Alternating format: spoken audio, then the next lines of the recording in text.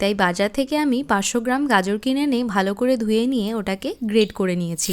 2 চামচ দেশি ঘি দিয়ে তাতে 2টো এলাচ দিয়েছি।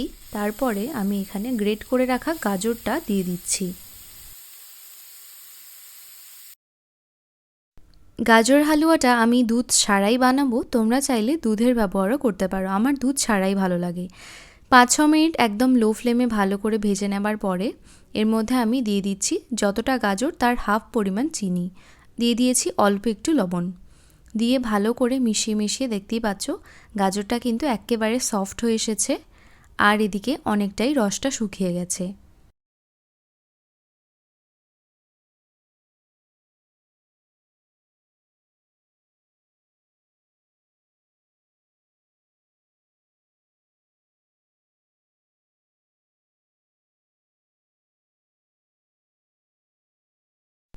একদম